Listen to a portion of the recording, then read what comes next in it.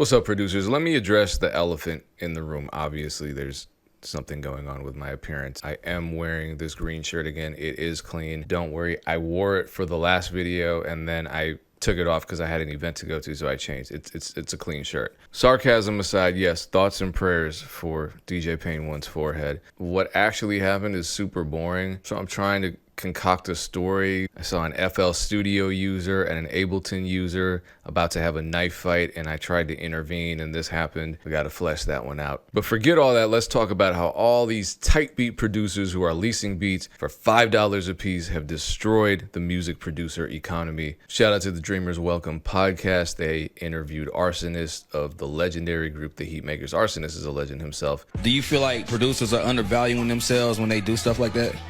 Of course. How many beats do you have to lease at $50 a piece to sustain a lifestyle? People that lease beats in general, I don't care what the price is, they don't understand how the music industry works. They don't understand how much money is made off of one song. You're pretty much leasing a beat for $50 that if you sold to the right artist, that record could go on to make millions without even being a record that most people ever heard of. That is definitely how I felt before I started leasing beats. And I feel like this conversation has been going on for a long time, and it's always just a matter of one, separating the music industry into two different sides, the beat leasers, the internet people, and then the industry people. And then number two, one side struggling to relate to the other. I think the current generation of music producers do not see a division between the internet and, you know, the beat leasing space and the music industry, because a lot of them came up on internet money. A lot of them saw Benny X leasing beats online, and now he's producing for Drake. A lot of them see producers like Gentle Beats, you know, a lot of producers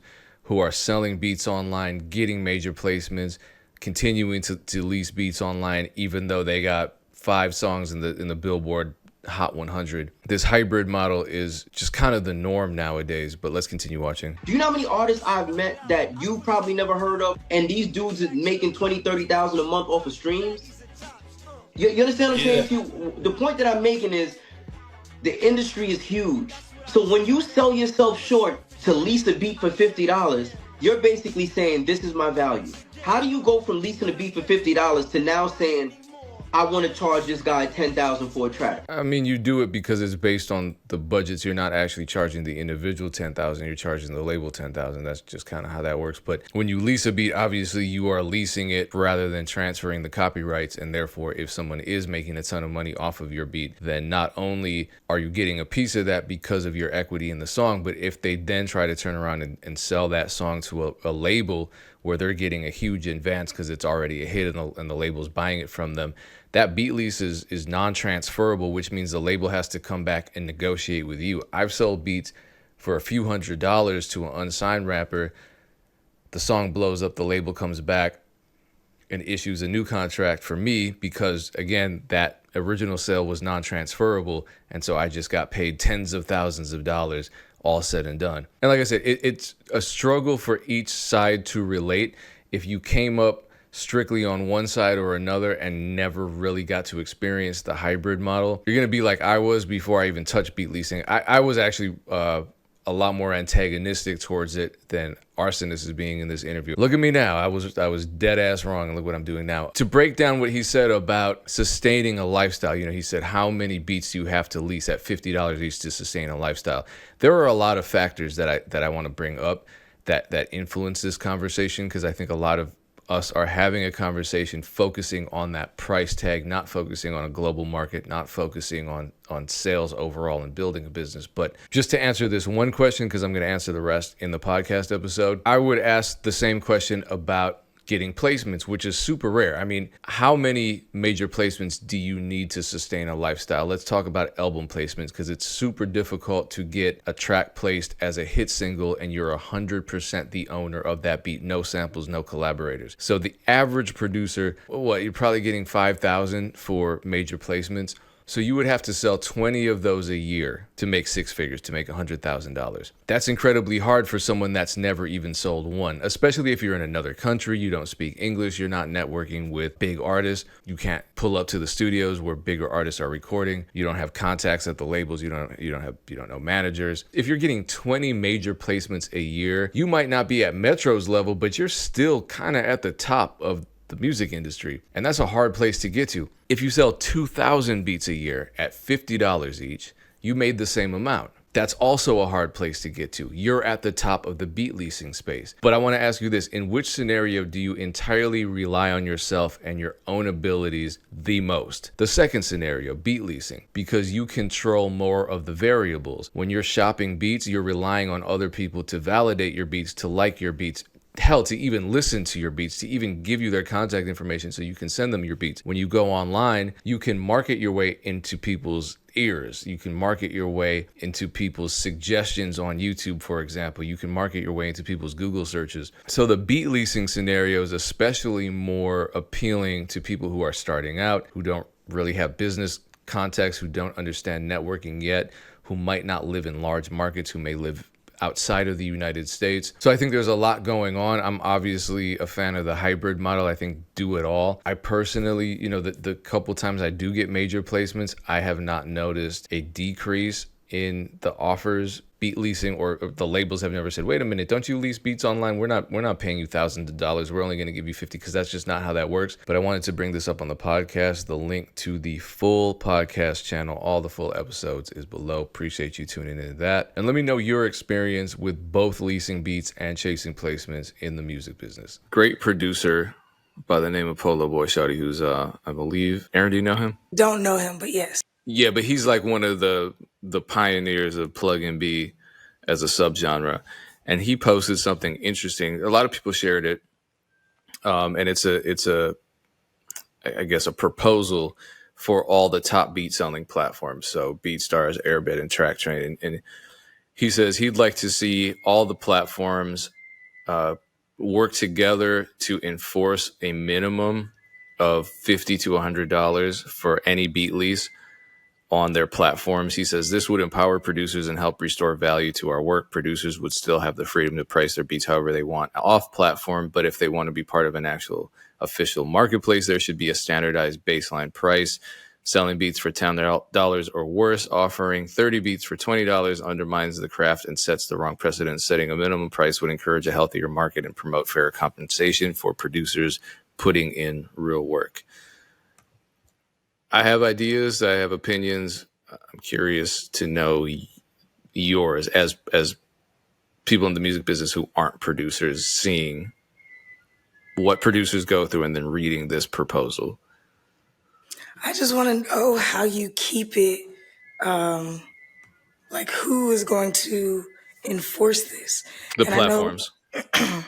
So like you Beats, so BeatStars or Airbit could implement a minimum price for all their users. So any producer on that platform would have to price their beats no matter what at a minimum of $50. They could not go any lower than Well, that. I feel like if you're selling via like PayPal or DMs or whatever, because I feel like it just leads to people suddenly going to like undercut this, because this doesn't sound like a platform problem, right? Because the moment that people, if all the platforms say this is the minimum, I feel like people are going to be like, I'm going to find another alternative.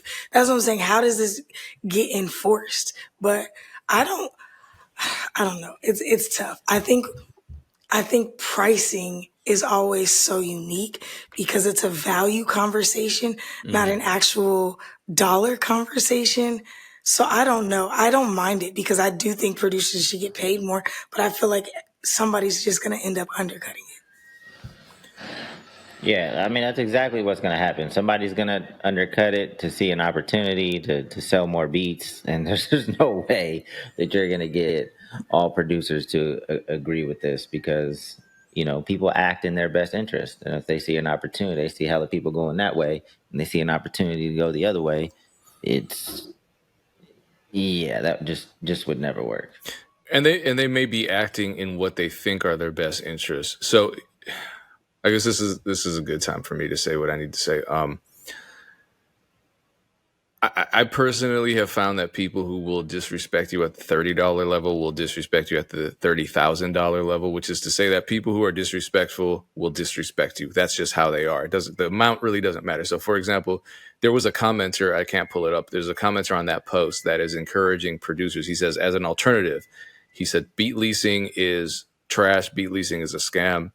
So what producers should do instead is sell exclusives for $50. He got eaten up in the comments, but you know what I mean? That's further devaluing producers. I would say the fact that he got eaten up in the comments by producers shows that I'm not the only one who feels that way. But everyone's brand is different, of course. I think that what you're saying is true, that people are going to undercut. It's the Wild West out here. However, I think rather than increasing or lowering beat prices, we would benefit from adding value to our overall brands as producers. And I know that's super vague, so I'll explain a little further. With regards to the producers undercutting us, we might perceive them as undercutting us, right? Like, why are you selling a $20 beat? That's crazy. But think about this. According to Numbeo, the estimated monthly cost for a single person living in Vietnam is $456 US, right? So you want to say what's up, Rob? What's up, Rob? Never mind. Anyway, so if a producer is in Vietnam and they're on the same platform that I'm on, they could be living comfortably if they sold their beats for $30 each and then they sell 20 a month. They're making $600 a month. The market is global. So that is something that's absent from the conversation. Once you globalize the market, all bets are off, right? And that creates a problem for those of us who are living in countries with higher living expenses. And if we enforce a minimum, that could hurt those people too. So it's a mixed bag. So what I mean by creating value is there are so many producers who are just focused on selling beats, like the number. Oh, $20 for a beat. How can you sustain that? But you're thinking in terms of just selling one beat and it's done. And that's not how business works. And when you have a value with your brand, that's not how it works. So you can sell beats. If you have a great brand, there's added perceived value. If you have social proof, like, for example, you work with bigger artists or artists that you've helped grow into bigger artists, there's more perceived value there. If you learn the music business, for me, this is a big one, and provide resources to the artists that are coming to you to buy beats. So I have an email list. When ASCAP was free, there was a period when they were offering free registration for writers and publishers. And I sent that out to my list because I wanted all the artists that have bought beats from me to know that they can save themselves hundreds of dollars and learn what a PRO can do for them. That helps because you'll have more return customers. They trust you. They want to communicate with you. They know when they buy a beat from you that they can ask you a question about the terms of the license, about stuff that's not there, about the differences between pricing structures and exclusive versus lease and samples and all that. And a lot of producers don't have that information, so they just or they don't respond. And rappers know that. They don't want to deal with you if you don't. They're spending their money with you. So when it comes to simply selling beats, I think a lot of us get uncomfortable seeing a beat being sold for $20. Busyworks did research, looked at the top selling beats on the BeatStars platform, and he found that the average cost of a top selling beat was $26. A lot of those producers are from other countries. Artists saying in the comments on Polo Boy's Instagram post, a lot of them are saying, look, we're broke. That's what we can afford. Cool. There's a way around this. There are many ways around this. One way around this, and not everyone's going to like me saying this. That's cool. Everyone has their own path. But look, if you sell a beat for $50, but it's buy one, get three, you still made the $50 and the customer got more value. Right? And we're talking about leases. So they're getting more value, but it's not hurting you as a producer. Or if you sell your beats for $10 each, but it's a 10 beat package, you get $99. So the pricing is going up, but so is the value. So every individual average sale, it's going from $30 up to $99 or $30 up to $50. You're selling more, but you're providing more value. You're offering more value. So I think when people get into these conversations, they're focused entirely on a scenario in which you sell one beat one time to one person, and that's it. There's no conversation about branding. There's no conversation about global markets. There's no conversation about the other ways to sell, because there are a lot of ways to sell. And I think increasing pricing it's one way, but it's not holistic. It's not a holistic way of looking at doing business. Yeah, there's a lot of ways to add value and to kind of differentiate yourself from other producers. I think education is a good one. I mean, that's a good one because ultimately that probably puts more money in your pocket if people know how to properly register songs. If some of these songs start to take off, I don't have to like track down your funds and like register the songs after the fact. So, that's a smart thing to do for your own pockets. You can increase your value by giving people more, like you said. If you have a platform that can give people exposure, if people know that if the song is dope and you repost it, you repost songs from time to time, maybe you have a song of the week or a song of the day from people that use your beats. Obviously the exposure can be of value. You just have to think outside the box. Like, how can you serve this community?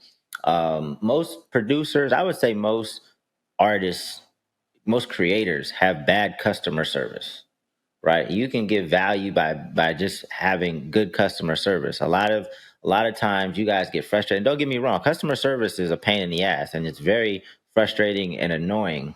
But a lot of you guys are only thinking about that sale, right? Like, if this person has a bad experience with your company, they're not going to come back. So you have to think about the long-term value of every customer and make sure that that person has a great experience so that they'll come back. So it's not just the $20 beat or the $50 beat right now. If they buy a beat from you every month or a beat from you every year, that's a lot of money over the course of the next 10 years. So that's what you need to think about every time you have an interaction with an artist. And you don't know where this artist is going to go. The artist could, be making music in their bedroom forever and nothing ever takes off. But this artist also could be the next Cardi B or the next whoever. You just never know. So customer service, if you can't handle it, hopefully somebody on your team can handle, because it's super important. Customer service is super important with creators.